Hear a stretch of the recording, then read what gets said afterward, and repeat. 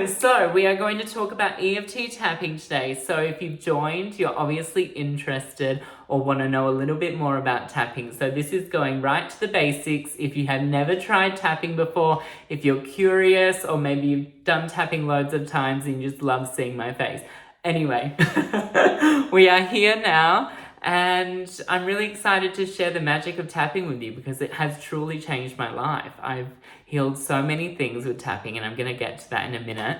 I just want to share some of the science behind tapping. So tapping is also known as emotional freedom technique, EFT, and it's like emotional acupuncture but without the needles. So first and foremost, tapping is a stress reduction technique. So while you're tapping on these acupressure points, it sends a positive signal to the amygdala, which is in the brain, and it reduces your cortisol. So any stress or any anxiety that you're having, just tapping on these acupressure points reduces cortisol. It reduces your stress to any situation. And that's even without the verbalization. But with tapping, we get really specific and we talk about the things that we're trying to heal. And then that can really go through and rewire and reprogram our brains, because it also has a very positive effect on the hippocampus,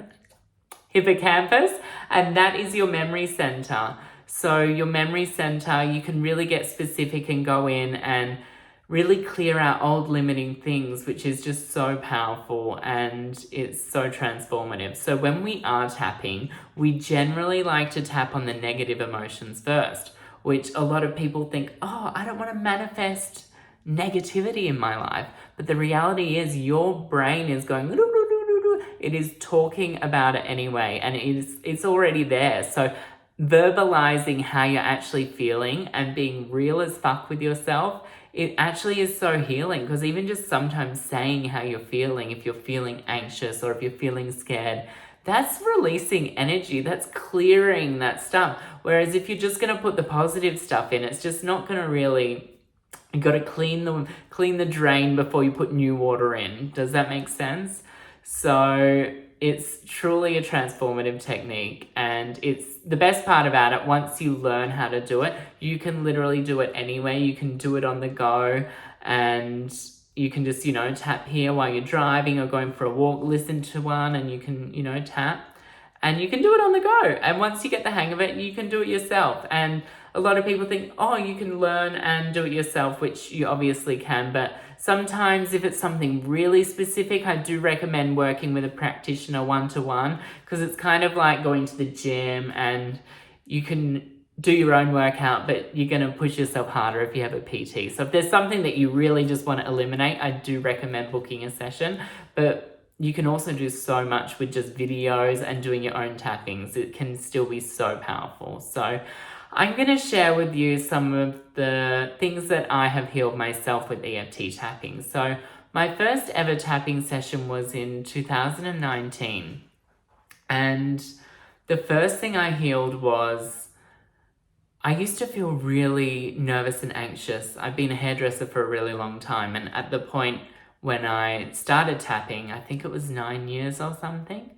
And I often, with some regularity, I would think about quitting because it was just too much. I used to be too anxious, and clients, if they complained, I would just go red and blotchy, or if they questioned the price, I would go red and blotchy. I would completely lose my words. So I worked with an EFT practitioner, and I didn't even really know what I was in for. She did EFT and hypnosis in kind of one session.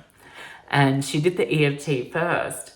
And while she was tapping and while we did the things, she rated it and we did the thing, I couldn't believe the transformation that I had. I really was blown away.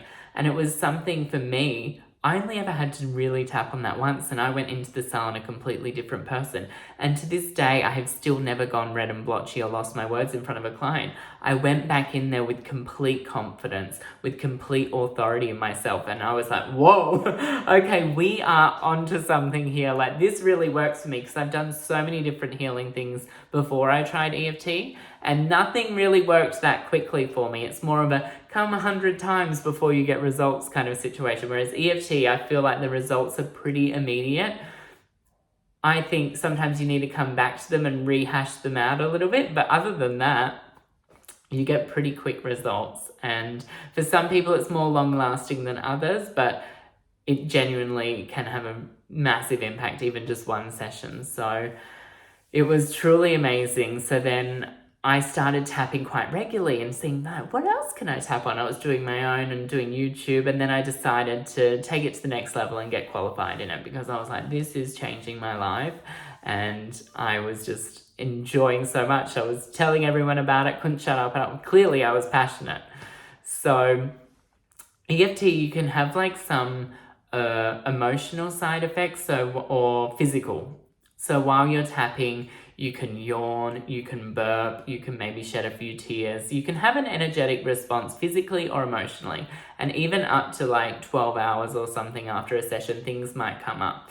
And that could be like why you remember you had that emotion in the first place. Or it can be an idea that you've had from tapping on removing a limiting belief about something. So it has a bit of a ripple effect into your life afterwards, and you realize things, which I love. That's my favorite thing, one of my favorite things, one of my million about it, that it just has this profound shift, that it has this ripple effect that goes throughout your whole life. So I've seen clients heal things. They were stewing on relationships for like 4 months, and we've done one tapping session and they've never had to deal with it again. I've dealt with clients with their confidence, with opening their businesses, with putting themselves out there. And the shifts are real. Like, they are so amazing. So I'm so happy that I can share this modality with you.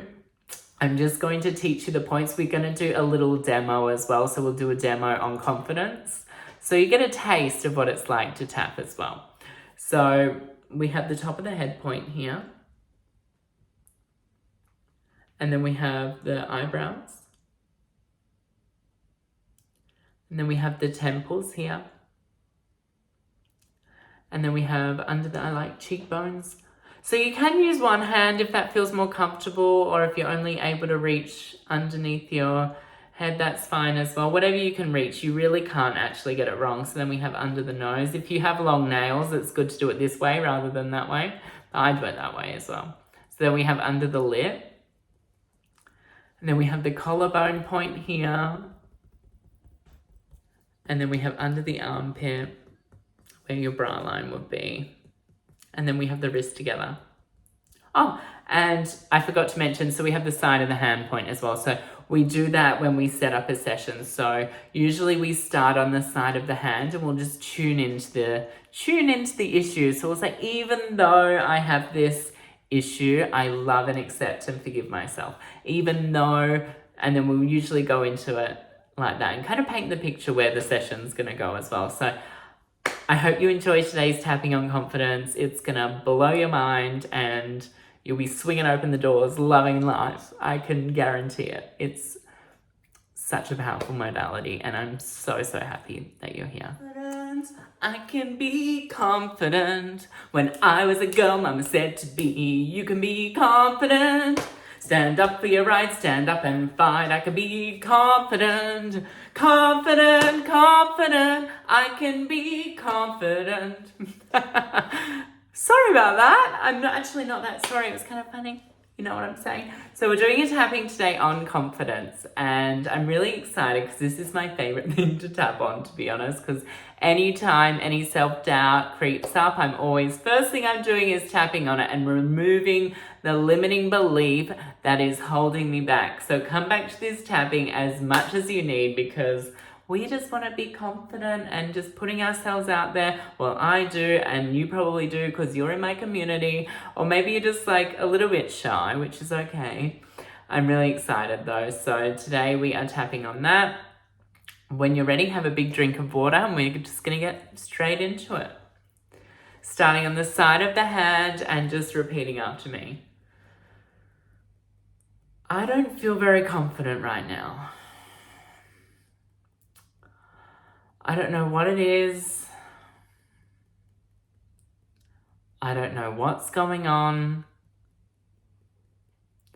But I just don't feel like my best. Maybe I'm a little bit scared to put myself out there. Maybe I don't really know what I'm talking about that much. Or maybe I'm surrounding myself with people who make me feel like I'm less. So even though I don't feel confident, I love and accept and forgive myself anyway. Maybe I'm scared to take up space. Maybe if I'm scared, I act confident and then I make a fool of myself. Or maybe I think being confident means I have to put on this performance. So even though I don't feel confident and I don't feel like I can put myself out there, and maybe I feel like it's easier to just stay in the shadows, I love and accept myself anyway. But being confident doesn't mean that I have to sing on Broadway. Being confident doesn't mean I have to show everyone that I can do a backflip. Being confident doesn't mean that I have to walk like a supermodel. So even though I don't feel confident, I love and accept and forgive myself anyway. But today I'm choosing to be confident. I'm choosing that I can be confident in whatever way that looks for me. And that's not going to look the same as it does for Jane down the road. It's not going to look like my celebrity crush confidence. It's going to look like what confidence looks like for me. And it doesn't mean I have to have it all together, all in one moment. I can just take it step by step and gradually build my confidence. Maybe start with something small. I don't have to go in guns blazing, ready to take on a rattlesnake or a tiger.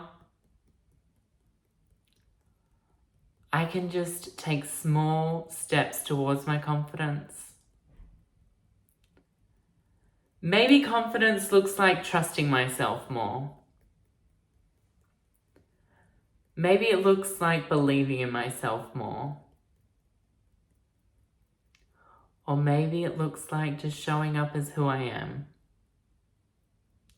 So I love and accept all parts of me. Beautiful. Take a nice deep breath in. And then we'll start on the top of the head when you're ready. I still don't feel like I'm that confident.